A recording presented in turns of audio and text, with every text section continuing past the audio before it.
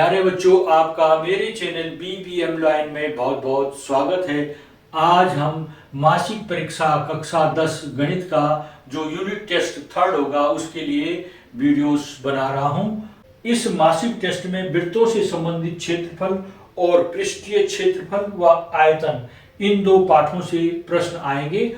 इन दो पाठों के प्रश्नों को हम हल करेंगे। तो वीडियो शुरू करते हैं। नोट 1, सभी प्रश्न अनिवार्य हैं। प्रश्न 1 1 अंक का, प्रश्न 2 1 अंक का, प्रश्न 3 2 अंक का, प्रश्न 4 2 अंक का और प्रश्न 5 4 अंक का आएगा। प्रश्न 1, एक बेलन और एक शंकु के आधार तथा ऊंचाइयां समान हैं, इनके आयतनों का अनुपात ज्ञात कीजिए। हल होगा, बेलन का आयतन बराबर पाई आर स्क्वायर एच और शंकु का आयतन होता है 1/3 पाई आर स्क्वायर एच। इन दोनों का अनुपात ले लेंगे, बेलन का आयतन बटे शंकु का आयतन, पाई आर स्क्वायर बटे 1/3 पाई आर स्क्वायर एच। और इसे पाई आर स्क्वायर एच से पाई आर स्क्वायर एच कट जाएगा, तब मिलेगा 1/1/3। इस 3/1 अर्थात 3:1 हम इसको लिखेंगे, अर्थात इनके आयतनों का अनुपात 3:1 होगा। अगला प्रश्न, उस घनाभ का आयतन ज्ञात कीजिए जिसकी भुजाएं 5 सेंटीमीटर, 8 सेंटीमीटर और 12 सेंटीमीटर है। घनाभ का आयतन बराबर लंबाई गुणा गया चौड़ाई गुणा गया ऊंचाई। रख देंगे 5 गुणा 8 गुणा गया 12, 5 8 40, 40 को 12 से गुणा कर देंगे, 12 चौको 48, 480 घन सेंटीमीटर आंसर आएगा। प्रश्न है, त्रिज्या r वाले वृत्त के उस त्रिज्याखंड का क्षेत्रफल ज्ञात कीजिए जिसका कोण P डिग्री है। निम्नलिखित विकल्प में से, ये 4 विकल्प है, इनमें से एक आंसर है। A P/180 2 pi r, P/180 pi r square, P/360 degree 2 pi r, P/720 degree 2 pi r square. ये प्रश्न है ट्रिकी प्रश्न। इसको हल करने के लिए हमको कॉमन सेंस की जरूरत पड़ेगी। इसमें बाकी कैलकुलेशन की जरूरत नहीं है अधिक। तो इसमें कैसा होगा, इसका हल होगा, त्रिज्याखंड का क्षेत्रफल का सूत्र हमको मालूम है। त्रिज्याखंड का क्षेत्रफल, त्रिज्याखंड का क्षेत्रफल बराबर क्या होता है, θ/360 पाई आर स्क्वायर। ये त्रिज्याखंड का क्षेत्रफल निकालना है, ये त्रिज्याखंड के क्षेत्रफल का सूत्र हो गया। तो अब इससे मैच करता हुआ इनमें से कौन है, एक है ये पाई आर स्क्वायर जिसमें है, और एक है पाई आर स्क्वायर, ये दो है। बाकी ये पहला विकल्प ये भी नहीं होगा और सी भी नहीं होगा। अब हम इन दोनों में से एक को छांटना है। यहां थीटा की जगह है P डिग्री और बाकी कुछ नहीं है, इसमें मान रखना है P हो गया। उसी तरह से 360 इंटू पाई आर स्क्वायर। अब इसको और इसको देखने पे ये तो 180 है, ये 360 है, ज्यादा है, ये है नहीं, इसके साथ मिलान नहीं कर रहा। ये देखिए P और 720 डिग्री, ये 360 डिग्री है। इसमें अगर ये 36 का दुगना हो गया 72, और ये ऊपर भी 2 लिखा हुआ, ये भी 2 गुना है 2, इसका मतलब यहाँ भी 2 है, यहाँ भी 2 गुणा हो रखा है। तो हमने क्या करना है, इसको 2 से अंश तथा हर में गुणा करने पर, 2 से अंश तथा हर में गुणा करने पर,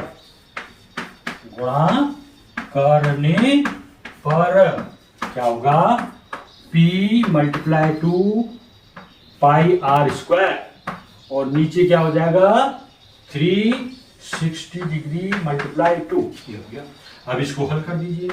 ये ऊपर वाला सेम आ गया कि नहीं, P 2 पाई आर स्क्वायर, और इधर इसको मल्टीप्लाई करें 2 0 2 0 0 2 6 12 को 2 2 3 6 1 7, तो हमारे पास ये आ गया सेम।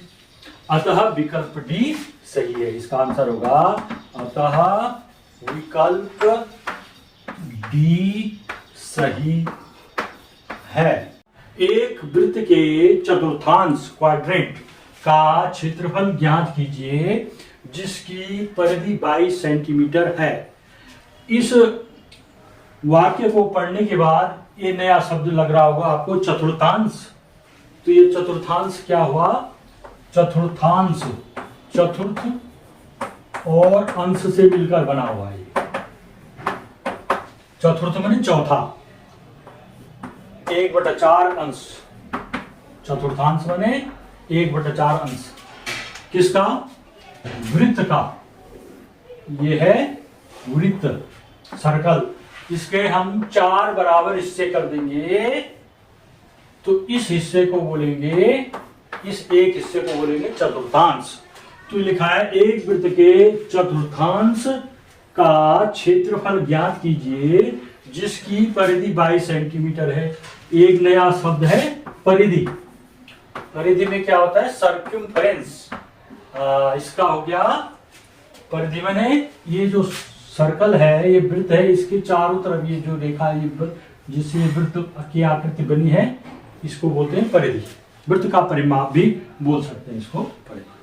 तो परिधि का सूत्र आपको ज्ञात होगा।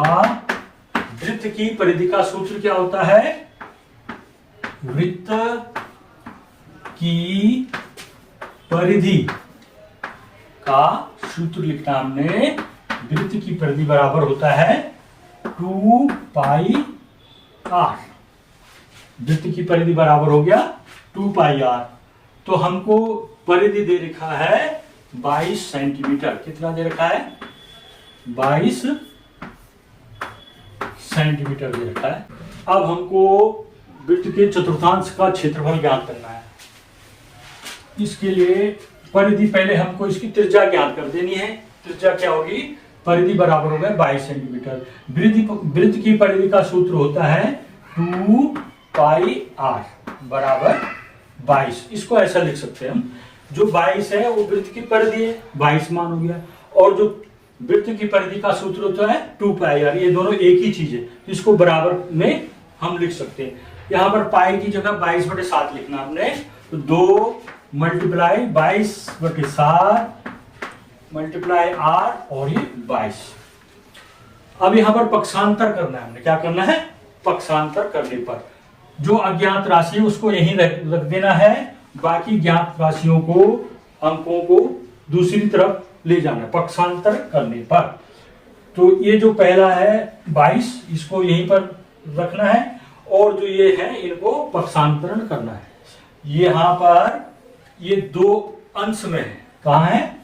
अंश में। तो जो अंश में होता है वो हर में चला जाता है। यहाँ पर एक रेखा खींच दीजिए, हर में चला जाएगा 2। ये 22 भी अंश में है, यहाँ पर वो भी चला जाएगा हर में, और 7 है अंश में।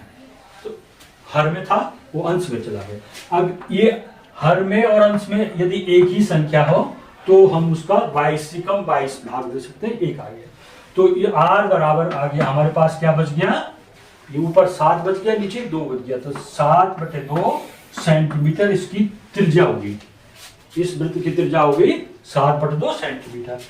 वृत्त का क्षेत्रफल होता है πr²। यहाँ पर हमें वृत्त का क्षेत्रफल ज्ञात नहीं करना है, बल्कि वृत्त का ये जो चौथा हिस्सा है चतुर्थांश, इसका क्षेत्रफल ज्ञात करना है। जब वृत्त का क्षेत्रफल होता है πr², तो वृत्त के चौथे हिस्से का, 1 2 3 4 हिस्से ना, इसमें से एक हिस्सा, इस चौथे हिस्से का हमने क्षेत्रफल ज्ञात करना है। तो चतुर्थांश का क्षेत्रफल क्या हो जाएगा? चतुर्थांश क्वाड्रेंट का क्षेत्रफल क्या हो जाएगा? 1/4 हो जाएगा। किसका? त्रिज्या के वृत्त के क्षेत्रफल का 1/4 हो जाएगा। अब इसको आगे हम हल करेंगे। 1/4 गुणा 22/7। पाई की जगह हमने 22/7 रख दिया, और r की जगह यहाँ पर निकाल रखा है 7/2। तो ये 7/2 स्क्वायर, इसका मतलब 7/2 को 2 बार मल्टीप्लाई के रूप में लिखना है। अब इसको 7 और 7 काट देंगे, 2 से 22 को काटेंगे, 2 एकम 2, 2 एकम 2, इधर को लिखते जाएंगे हैं। हाँ, तो अब ये 2 है, ये 11 है। अब कोई नहीं कट रहा। अंश में जो है ये पूरा अंश हो गया, ऊपर अंश में 11 और 7 है। इनको मल्टीप्लाई करके 77 हो गया, और ये हो गया हर में क्या है 4 और 2 बचा हुआ, 4 दूना 8, ये हो गया 77/8। इसको अब हमने 8 से भाग देंगे, इसको डेसिमल के रूप में लिख सकते हैं। 8 का भाग 77 में दो, 8 का पहाड़ा बोलना हमने, तो 8 नम 72 होता है, 8 नम 72, ये है 77, 72, तो 77 में से 72 घटा के 5 जीरो लगा दिया। तो अब 50 में भाग देना है, 8 चौको 32, 8 पंजे 40, 8 छका 48, तो ये आ जाएगा दशमलव बिंदु लगा देंगे, 8 छका 48, तो 2 बच गया। इसको इतना भी एक दशमलव के एक स्थान तक कर सकते हैं हम। तो ये हो जाएगा 9.6 सेंटीमीटर स्क्वायर। ये प्रश्न है, दो घनों जिनमें से प्रत्येक का आयतन 64 घन सेंटीमीटर है के संलग्न फलकों को मिलाकर एक ठोस बनाया जाता है, इससे प्राप्त घनाभ का पृष्ठीय क्षेत्रफल ज्ञात कीजिए। हमारे पास है घन, दो घन है, पहला घन इस तरह से हमने घन की आकृति बनानी है, एक स्क्वायर बना दिया, उसके बगल में दूसरा स्क्वायर ऊपर से लगा दिया और इन कोनों को मिला दिया, ये बन गया हमारा घन। घन बनाने का तरीका समझ गया, पहले एक स्क्वायर बनाना है, उसके आगे एक स्क्वायर रख देना है और उनके कोनों को मिला देना है, तो ये घन बन जाता है। घन में लिखा हुआ है दो घनों जिनमें से प्रत्येक का आयतन 64 घन सेंटीमीटर, इस घन का आयतन 64 घन सेंटीमीटर है। हमको इसमें इसी प्रकार से दूसरा घन है, उसको मिला करके एक आकृति बनाई गई है, इसको कहते हैं घनाभ। ये हो गया घन और ये हो गया घनाभ। घनाभ, इसमें लंबाई बढ़ गई है, इसमें लंबाई चौड़ाई ऊंचाई समान रहती है घन में, और घनाभ में लंबाई चौड़ाई और ऊंचाई में अंतर होता है, या तो लंबाई में ज्यादा हो जाएगी या चौड़ाई में ज्यादा हो जाएगी। इस तरह से घनाभ है, इसको हमने हल करना है। इसका हल होगा,